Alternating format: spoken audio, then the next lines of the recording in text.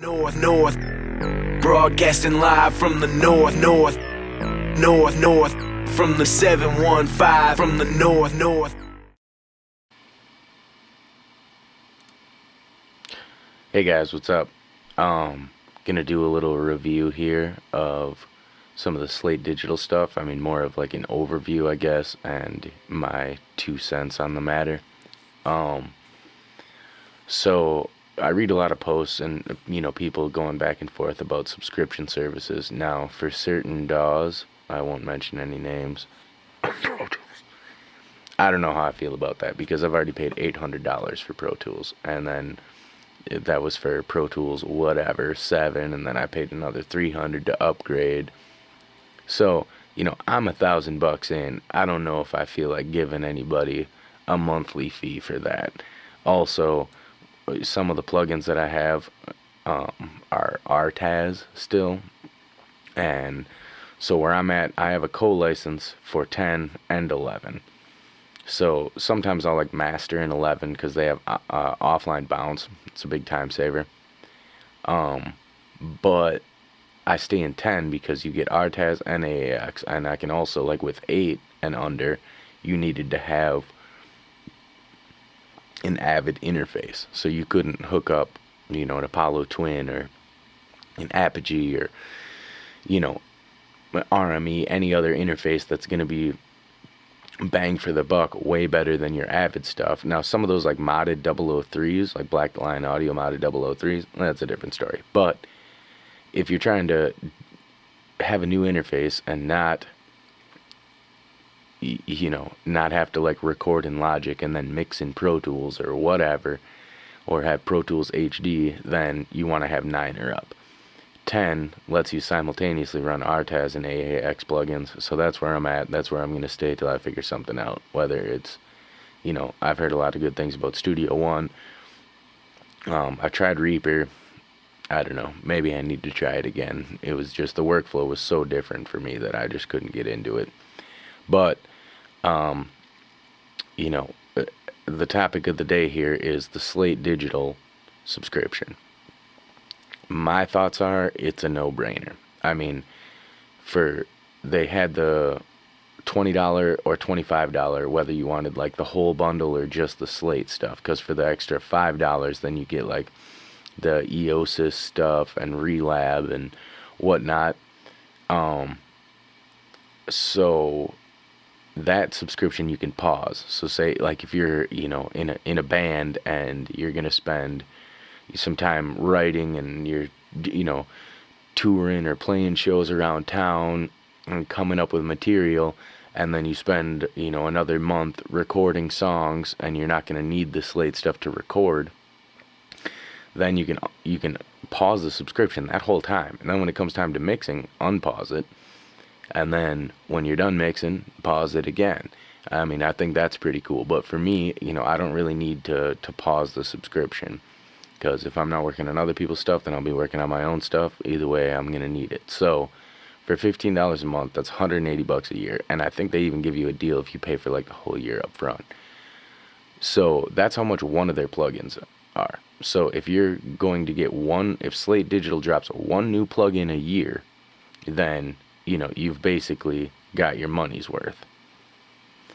And I guarantee you they're going to drop more than one plugin a year. Or at least, that's what they've showed in the past. So basically, I think it's a no-brainer for $180 a year. Plus, you get to make it in, easy payments, or if you want to pay up front. To me, their stuff is just so versatile. I mean, we'll just go through the list here of what you get. Alright, FGX, I already got on here, so I don't need to bring it up. This I use for mastering.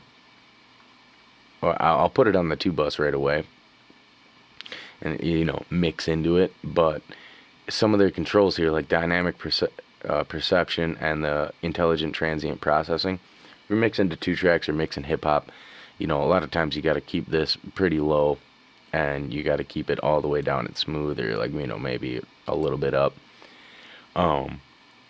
It also has the constant gain monitoring, so when you're making your changes here and you bypass it, you're not being fooled by the louder is better. I think that was a good move on their part. You also have, control over transients on, opposite ends of the frequency spectrum here. You got your lows and your highs. The comp, I mean, I used to use it, but after the VBC came out, then I'd be more likely to use one of those than I would this one. I mean, nothing's wrong with it. It just doesn't have maybe as much mojo as some of those other ones, but still a good compressor if you want to do light compression right before you go into this. Whatever floats your boat. So going to, and one more little tidbit about that is, this is, I guess, it's a limiter or a leveling amp, but it's not a hard limiter. It's not really like a brick wall limiter. So, I mean, for hip hop stuff and stuff that needs to be in your face, then I'll have this one. And I feel like it's got pretty accurate metering too. When I'll watch this one compared to like the Duro stuff, I still like the Duro one because it has the different color LEDs and they're separated. But I'll still have like a brick wall limiter with just like a little bit of gain, whether it's, the Fab Filter one or Waves L1, L2, L3, Maxim, whatever, the Massey L2007. I've heard good things about that. I kind of want to check that out. So I'll have this at like the second to last stage. So I'll have like my tape emulation and then a brick wall after this one. But moving on in the Slate lineup. Here's the old VCC and virtual mix bus, which now the newer versions of those are in the mix rack. So I'm not going to go over those ones. They're antiques at this point. The VBC, you can either have them by themselves, the gray SSL, the Moo, which is the Fairchild, or the red, which is like the, I forgot what it's called. Focusrite, I don't know. But the rack brings up all three, so we'll just look at that because it's easier. So this here, as with your Pro Tools inserts, it goes top to bottom. So, like this is really good on vocals. I mean, all of them, different tools for the job, different vocalists, different song, different vibe. There's not one that's like, oh yeah, this one's for drums, this one's for vocals, this is for me. But you can move them around too, and that changes where they go through first. So a lot of times on, the 2-bus or, sometimes just on the instrumental, I'll go through the SSL emulation and then through this one. And a tip I picked up from other tutorials is, even if you have like a different compressor that you really like how it compresses, adding these on and even just putting them in series here and just A-Bing with or without it on your mix, it just adds a little vibe, because of the algorithm. So you just get a little, it seems to like open them up. And I mean, then you can do some cool mid-side stuff with this one on the final one. So, if you need to like enhance your stereo image here, then like something as simple as going to mid-side and bringing down the center. Oop, we need to unlink them first. Bring that down a half a decibel or a full one. Then you're bringing up the wideness of the track, and there's just a lot of cool stuff you can do with all these Fairchild ones. And the other thing to do is, I mean, if you got the wave stuff or the UAD stuff, put this on one AUX, the waves Fairchild, and then the UAD Fairchild, and then go through and solo them and see which one you like best. And all these have high pass filters, which I feel like the wave stuff doesn't, if I remember correctly.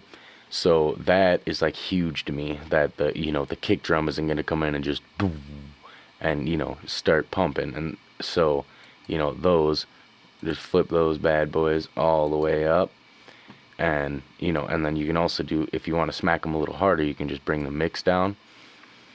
I just think it's really cool that then it's like, okay, the mix is sounding pretty good through this one and then that one, but what would it sound like if the order was reversed. And then, this A/B function, I use this a lot in the mix bus too. So now, and this is copy, so it copies whatever is in A to B. But now we have them reversed. So now you can do the old, blindfold yourself, or, look down, listen with your ears, click this an indeterminate amount of times till you forget which one's which, and then click it, listen, click it, listen. So then you can hear with your ears which one sounds better. And whatever one sounds better, that's the one. And again, you can use these, if you end up finding yourself only using one of these, then what I would do at that point is bring in on the same track, like say it's like, oh, well, this one sounds better with just the moo on it. Well, then all you have to do is go to the moo,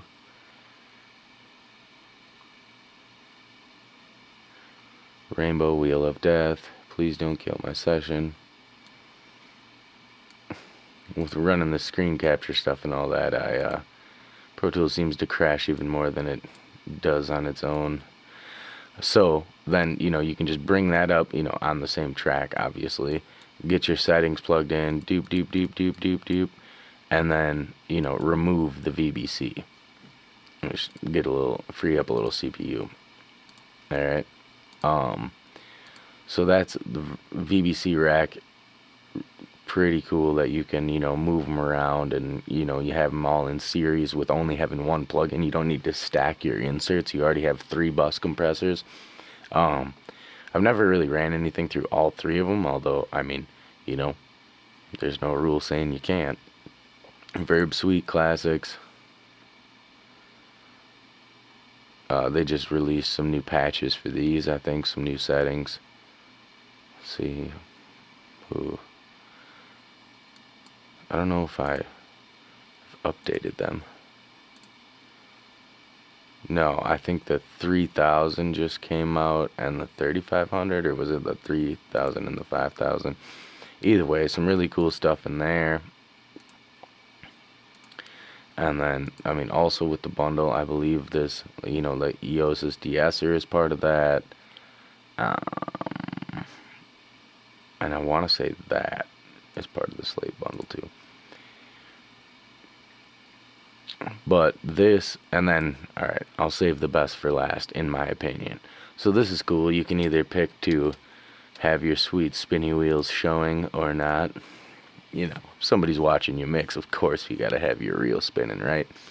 But this tape machine's one of my favorites. It's one of my go-tos. I got the ATR 102 from UAD. That seems to find its way to my mixed bus, and, this is more for like my subgroups or, individual tracks, this or Oxide from UAD. But again, everything has its place. You got a couple different tape speeds, a couple different characters of tape, whether you want it on the master bus or individual tracks, then, you switch that, and then you can also switch the bias, so, what frequencies you're trying to target or saturate. Then having this linked, if you already have like a pretty hot mix, then, meaning volume wise, not quality wise, if the mix is already hot, you can still put the VTR or VTM on it. Alright, so being able to link these, because you can unlink them too, and then, do it independently. If you need some more headroom after this, just bring that down, or, whatever floats your boat. But being able to do this, so you can, not be just pinning it, and then have the makeup gain afterwards, so just you're keeping your gain staging correct. That's a really awesome feature. Again, copy our A setting to B, and then switch the tape, and then you can just go back and forth. Oh, which one sounds better? So basically you got 4 combinations, 30 with FG9 or 456, or 15 at FG9 or 456. So you got 4 options there. Pretty cool. Alright, now the VMR is the bee's knees here. I believe it caps out at like 7, but for me, just being able to have one plug-in up where, you can do quite a bit of work here. Now, there is no de-esser in there. So, that's one thing, like on vocals, you could like live in this alone. And I do love Arvox, the Renaissance vocal from Waves, but you just have so many options here. So you can kind of, separate them by what you're trying to do, or, let's just take a look from top to bottom. So these two are just some, EQs basically that give you a little life, the air or the earth. So this is, the higher frequencies, and this is more low end. Whoa, I've never put them next to each other and realized that they make this sweet symbol here. Learn something new every day. Okay, so I mean, these are pretty cool, using I haven't used the earth a ton. I mean, the air sometimes I'll put on, like, the hi-hats, or sometimes a vocalist. But there's a couple different ways to do that in here. That then they have lift, where they have kind of an indeterminate EQ. So again, it's like low lift, high lift, which would be like earth and air. So you can compare them too. It's like, okay, well, you got big versus punchy, so decide which one sounds good there. Silky versus present, okay. Then I just copied this to my B setting here. Then if you want to try and see if these sound better, then find your earth and find your air setting. Then you can go back and forth. Oh, hey, do I like this better, or do I like this better? Or do I like the high lift in this one, but I don't like the low lift here? I'd rather have the earth. And, oh, am I sure though? You just get to go back and forth and check it out. And another one that's kind of like this here is Revival. So, you got your shimmer and thickness. So, low end, high end. And you can use a lot of these in tandem. I mean, I'll use these ones together sometimes. And I don't, on some stuff, don't be afraid to make drastic changes. But, I kind of find a lot of little changes together. That's kind of my philosophy in mixing as a whole. Like, I might run a vocal, by the time it goes through the compressor that we tracked it through, then on the individual track I'll have, Arvox, then send it to a subgroup and it'll run through the Blue 1176, and then on the vocal subgroup where all the vocals are going through, there's a Neve 33609 from UAD on it, and they're all just compressing a little bit and adding their own flavor to it. And to me, the final product then sounds what I want it to sound like. So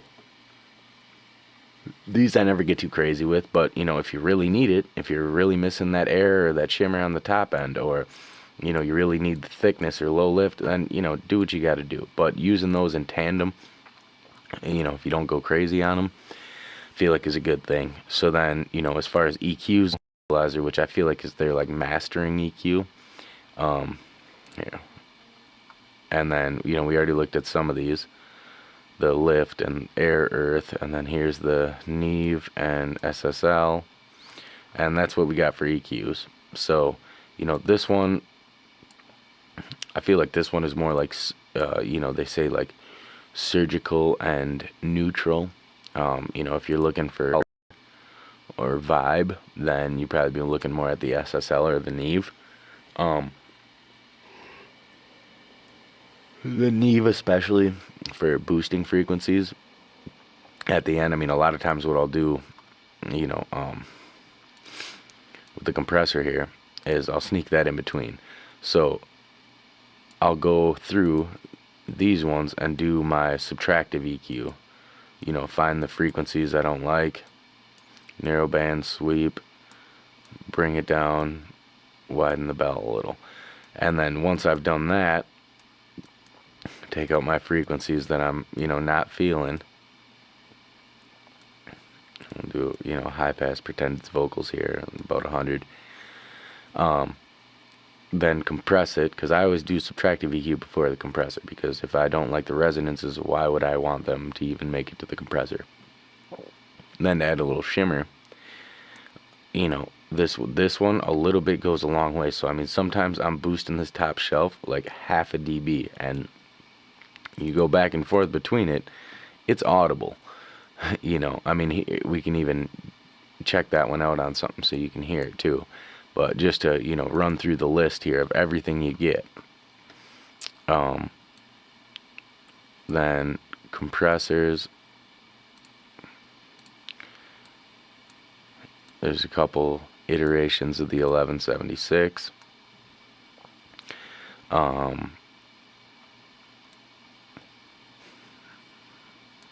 No. Man, alright. Like I said, running all these plugins. Plus the video of me plus the screen capture kind of is maxing out my poor Mac Mini. But I mean, I just wanted to run through it and show you guys. That's my 2 cents on it. I'm gonna go through in part 2 of this little series, and then we're gonna start playing with this stuff. But I just wanted to do an overview, maybe if somebody's thinking about whether they need this subscription or not, or they just want to buy one of the plugins that they really like. I mean, push comes to shove, if you're in the pausable one, you could rent the plugins for 20-25 bucks a month and play with everything.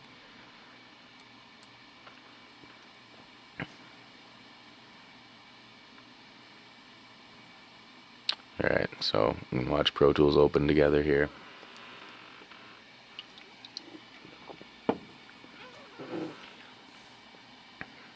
But I mean, we're getting there as far as the VMR. We went through the EQs.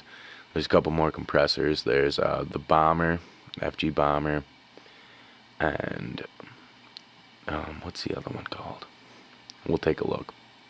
And then the tube saturation that just came out. They have the New York, the Hollywood, or the London. And again, being able to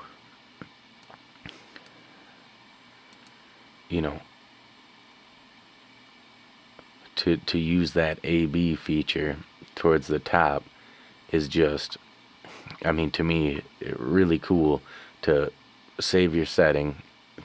Here's a couple of the preamps. You can use those even if you don't have the virtual microphone system. If something's a little low and you want to boost it, or another thing you can do, like this trim. This is really cool here. So say you want to give it some warmth with this, right? But it's already kind of a hot signal. Well, you can go into the the wave, or the the waveform in the edit view, and pull the meter down, or you can just use the trim knob and then give it some boost. And this trim, especially, some of these here, like, all right, we'll jump to virtual channel and the mix bus. So these you're going to use on your independent channels, obviously channel. This one you're only going to use one of in your mix, on your submaster or master fader. So on your virtual channels, all your subgroups, maybe you'll have the vocals through the Trident, and the kick through the API, and something through the Neve RCA tube, 2 iterations of the SSL. Like this one's really bright too, so vocals and sometimes like cymbals and all that sound really good through it. If they already are nice and bright, then maybe I'd be more likely to do them on the G channel of the Trident. But everything's different. Then you have your drive knob for your saturation, and the linked input and output, right, is just awesome. So, but for certain plugins, they might not have that, the linked volume. So like for these, for example, the newer ones, like it'll have an I guess it does have output and mix, but if you are coming in hot to this thing, then, and like say you already have a couple plugins up and then VMR with this on it, well, you don't want to go through into the edit window and lower the volume a bunch, because then your plugins before that are going to be affected. If you got a compressor, you're going to have to reset that. So you can just hit the trim after it goes through your plugin and is in the sweet spot of that. Trim, hit this so it's not pinning, and then the output you can compensate you know, it just this trim, and sometimes I'll only use this for the phase flip, just because it's easy, it's already on there, and just a pretty handy tool. You know, here's the Monster, the Bomber. Those are two more compressors. Revival we went through. Here's the, you know, the tube saturation ones. We got the London, but here's New York and Hollywood. So, you know, you can either do it like this, paste that setting, go there. So then, you know, we're going to go A to B on something, back and forth between London and Hollywood, which once we decide which one's better, say we picked Hollywood, now it's going to be Hollywood versus New York. So then you can switch back and forth. Just, I mean, for comparison's sake and ease, I mean, it don't get no better. I mean, the VMR with the virtual console collection, all the different compressors you get, a couple of different flavors of EQ, you know, I just think it's a win-win situation when it comes to that. So, you know, I'm going to call this part one here, kind of the introduction. You listening to me giving my 2 cents. On part two, we're going to dive into this session and, you know, see what some of the stuff sounds like. All right. Well, if you enjoyed the video or, you know, want to see some of these plugins in action, be sure to look up.